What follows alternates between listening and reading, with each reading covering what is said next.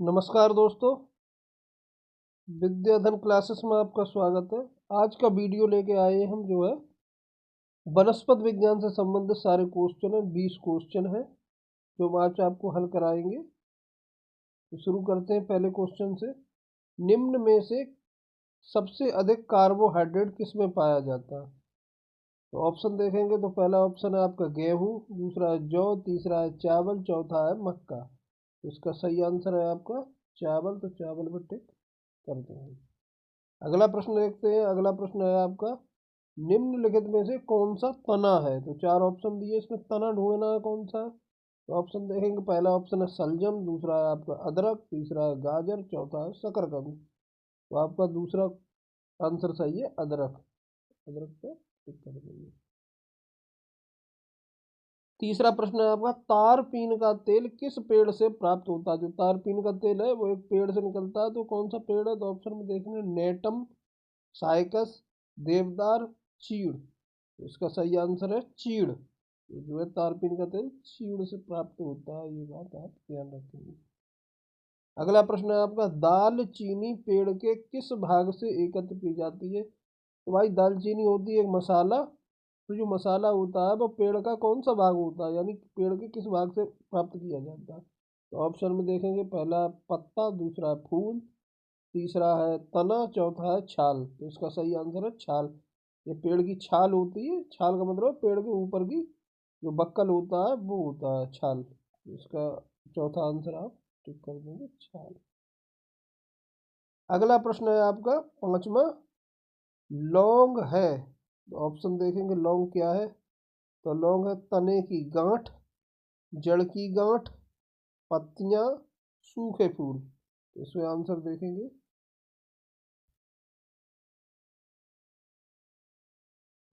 Answer इसका होगा आपके सूखे फूल। लौंग जो है वो सूखे फूल होते हैं। तो सही निशान है। अगला प्रश्न है आपका, मिर्च का तीखापन का कारण है। मिर्च के तीखापन का यानी मिर्च जो है चटपटी क्यों लगती है, तो उसका कारण क्या है, उसमें कौन सा पदार्थ पाया जाता है? तो पहला ऑप्शन देखें लाइकोपीन के कारण, दूसरा कैप्साइसिन के कारण, तीसरा कैरोटीन के कारण, चौथा एंथोसायनिन के कारण। इसका सही आंसर है कैप्साइसिन के कारण। तो इसमें दूसरे वाले पे लगा देंगे सही का आंसर। अगला प्रश्न है आपका, निम्न में से कौन सी औषधि फसल है, यानी ऐसी कोई फसल है जो दवाइयों में अधिक काम आती है? तो ऑप्शन में देखेंगे गन्ना, एलोवेरा, कपास, महुआ। इसका सीधा आंसर है आपका दूसरा एलोवेरा। एलोवेरा पे सही का निशान लगा दें।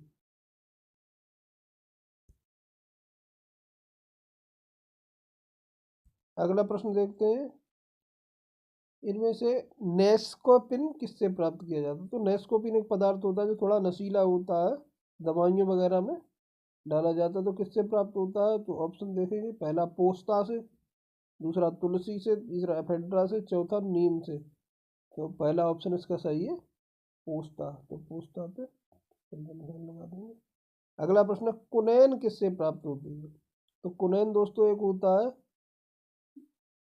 दवा होती है जो मलेरिया रोग में इसका इस्तेमाल होता है। तो ये किससे प्राप्त होती है? ऑप्शन देखेंगे, सिनकोना से, बैक्टीरिया से, ईस्ट से, शैवाल से। इसका सही आंसर है आपका बैक्टीरिया, सॉरी सिनकोना से। तो पहला वाला ऑप्शन जो है सही का निशान है, सिनकोना की छाल से कुनैन प्राप्त होती है। अगला प्रश्न है आपका, तंबाकू की पत्तियों में होता है, यानी तंबाकू की पत्तियों में कौन सा पदार्थ पाया जाता है? तो इसमें ऑप्शन देखेंगे, निकोटिन, कैप्सिन, एस्प्रिन, नेस्किपिन। तो इसका सही आंसर है आपका निकोटिन। ऑप्शन पे निकोटिन पे निशान लगा। अगला प्रश्न है आपका, हेरोइन प्राप्त होता है। हेरोइन किससे प्राप्त होता है? तो हेरोइन के लिए ऑप्शन देखेंगे,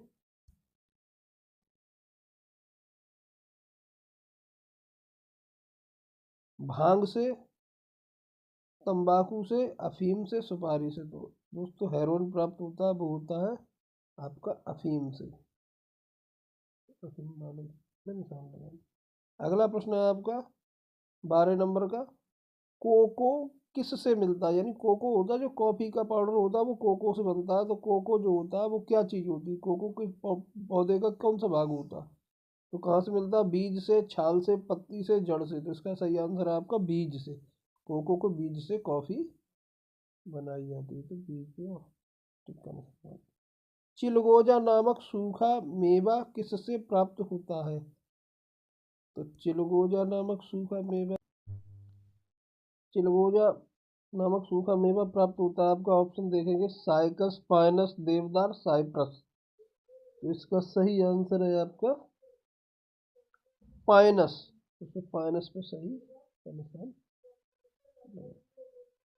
अगला प्रश्न देखेंगे इसके बाद, केसर मसाला बनाने के लिए